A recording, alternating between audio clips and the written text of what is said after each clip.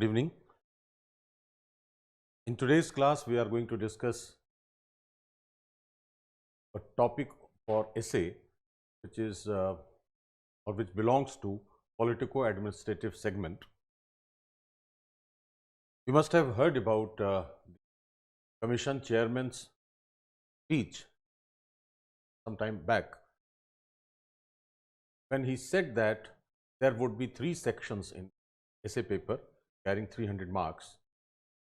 The first 2 sections would be more or less similar to that of what we are seeing in BPSC essay paper, and the third section, which will again carry 4 essay, that will be based on the proverbs and sayings prevalent or practiced in state of Bihar. Considering all those things and considering the demand of the essay, we would try to point out for you how to understand the topic, what could be the format of writing that essay, and I will also dictate some of the major points, so that at home when you will go through that, you will be able to understand also conceptually, and you will be able to learn how to present those facts and those concepts you have developed. What would be the correct sequence? What could be the possible language? How to develop the writing skills? All these things would be, I think you would be able to understand all this. So, in classes, what we are going to do is to find out 40 to 50 topics which have been asked across the country, including UPSC, for your practice, and at least 10 topics we would also provide which would be altogether new one, so that you will be well acquainted with the topics of various segments that may be abstract, that may be philosophical, politico-administrative, socio-cultural, scientific, environment related, all that. So, in today's lecture, I am picking up one topic from politico-administrative segment, that is cooperative federalism, myth or reality.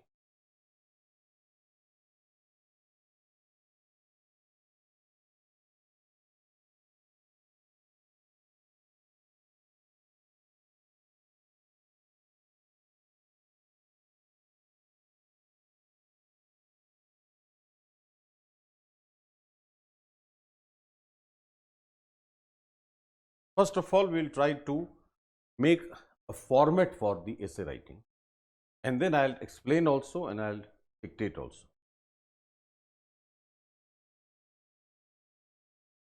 The format will include first concept of federalism, then forms of federalism.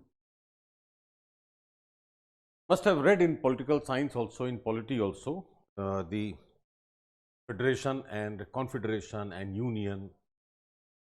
But here we have to remember one thing, that we are not simply writing an answer what we write in general studies. We have to provide our, or we have to show our thinking ability and contemplative ability also, by presenting those not only concepts, but also through our own thinking, through our own thoughts. That is very much required. Third aspect will be principles of federalism, then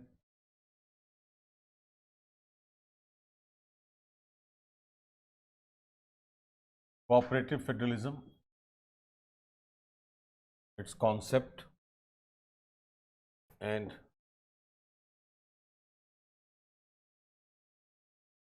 significance. We can quote example of India also. Then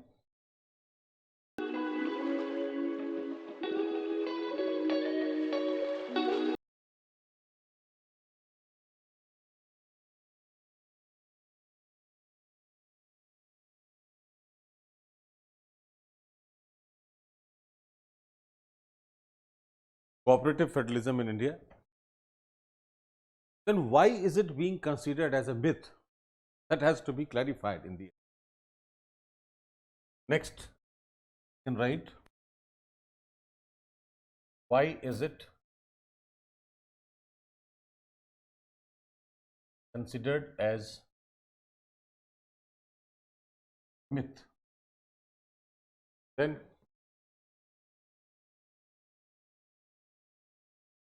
challenges for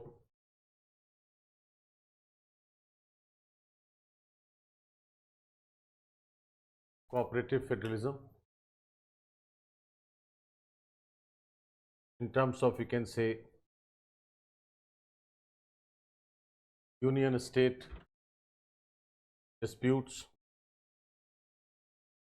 then lack of coordination between states,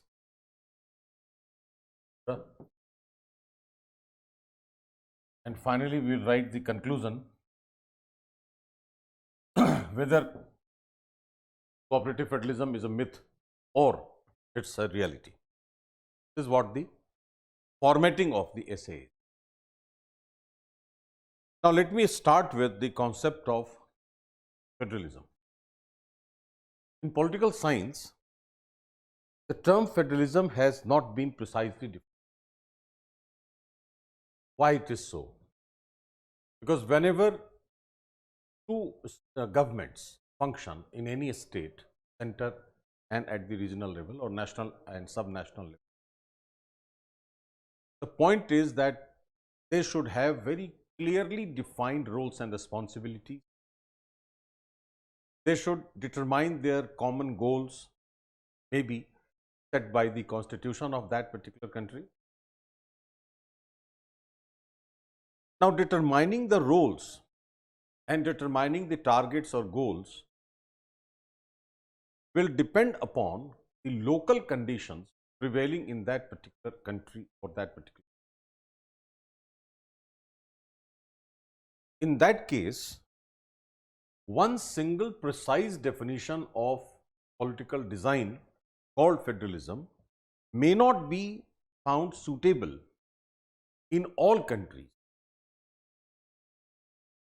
What I mean to say, that the political structure of any country or politico-administrative structure of any country largely depends upon the conditions prevailing in that country, right? In that situation, if one single form of federalism is perceived, it may not be found suitable because local conditions across the world always vary. Therefore, we say that federations or federalism is a concept which is country specific. What we see in Indian Federation is different from what we see in US. It is different from Russia, Switzerland, Germany, Australia, Pakistan. They all are federations. But since their local conditions vary, so the working of the politico-administrative systems also vary. That's why we say that the term federation or federalism doesn't have a precise definition. It is a country-specific concept. Even then, the United States of America has always been considered as a true federation. Why? Because the term federation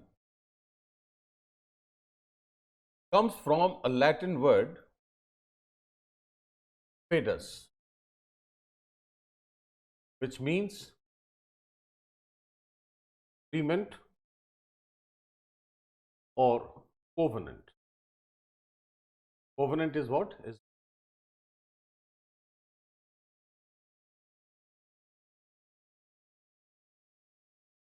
binding agreement. Since the states in the USA have joined hands through an agreement forming their own center or national government. That's why we say that US is the only true federation in the world. All others, they might have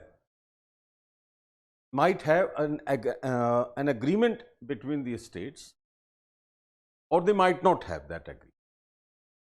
Like in India, there is no agreement as such between the states. That is the reason why we say that US is the only true federation. Now, before I proceed further, I'll dictate some of the points for you. You can note down so that you are able to understand the sequence, correct sequence also, and precision also in your writing, right? Write down. The term federalism has not been defined precisely. The term federalism has not been defined precisely and is a country-specific concept. And is a country-specific concept.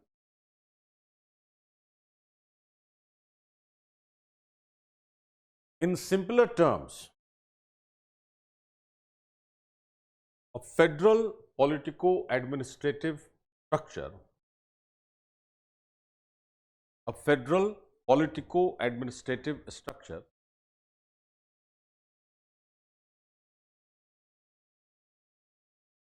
two governments operate at two different levels. Two governments operate at two different levels for achieving a common goal. For achieving a common goal.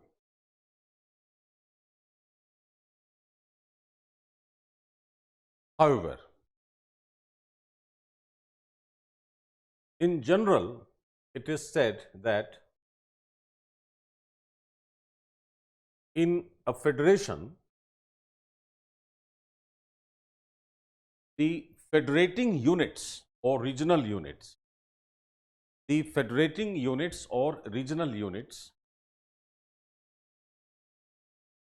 join hands through an agreement to form the national or the central government. To form the national or the central government.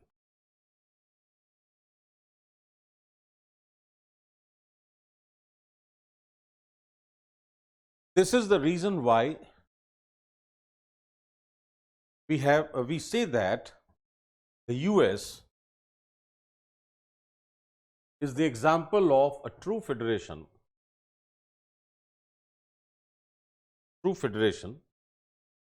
Because the states created the national government by way of an agreement among themselves.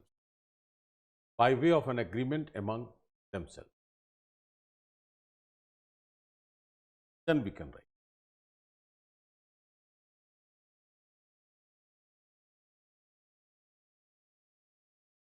As federalism is country specific,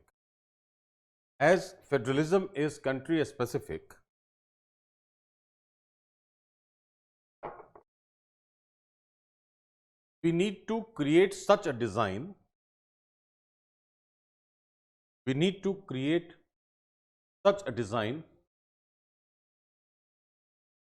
Considering the suitability of, or considering its suitability according to the prevailing local conditions.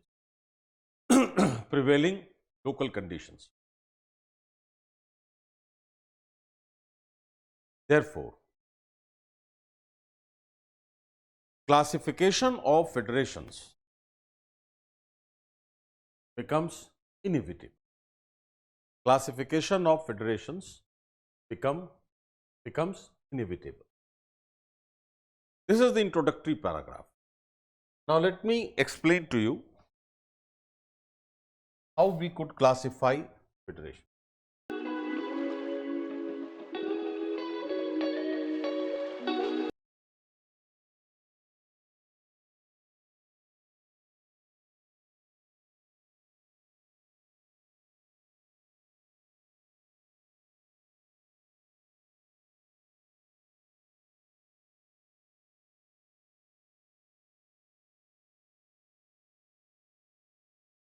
Now, let us decide first the basis. On the basis of process of formation. Second is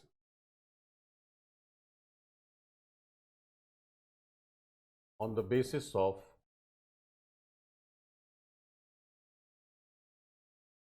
distribution of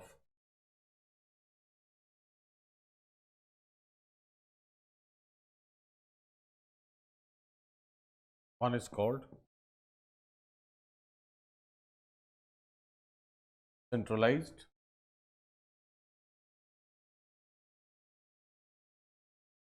decentralized.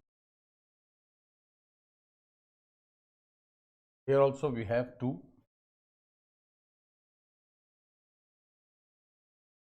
structural,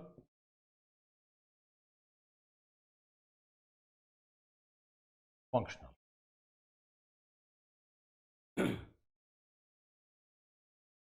This is also called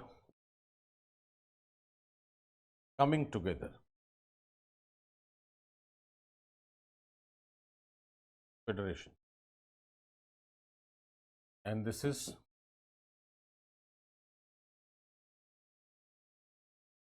holding together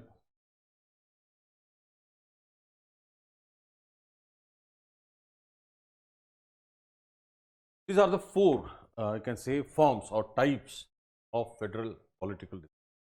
Now, let us understand one by one.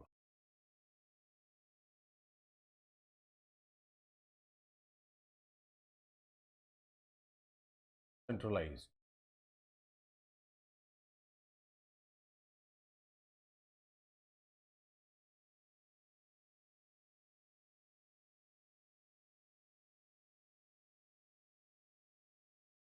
This center, state 1, state 2, state 3, state 4. Different states are there and they have joined hands to an agreement.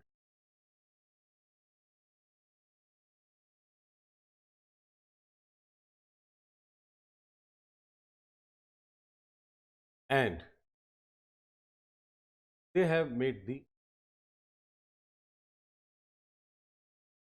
this is what centralized federation is. All these states have joined hands through an agreement and they have formed the center.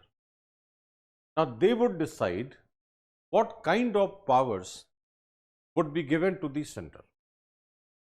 Mostly what we see in such federations that powers related to external affairs and powers related to security of the state are given to center, and mostly the financial powers remain in the hands of the, we say here, states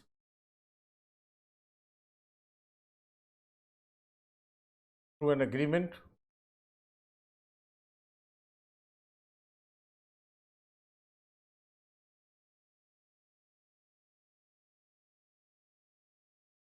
come together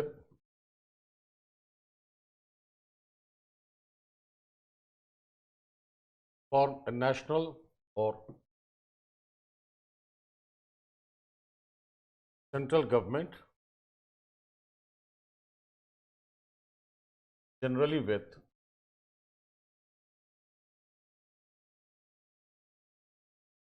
powers for dealing with external affairs and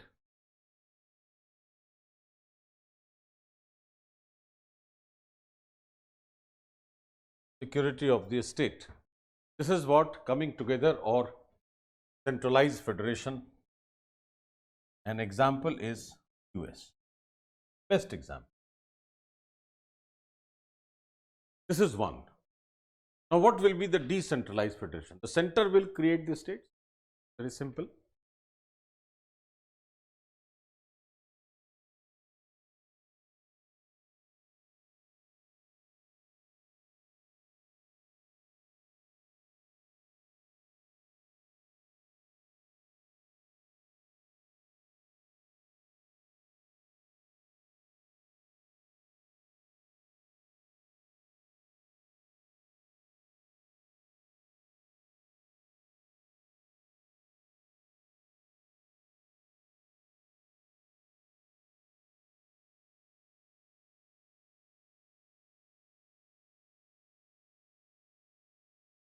This is the decentralized union or center forms the states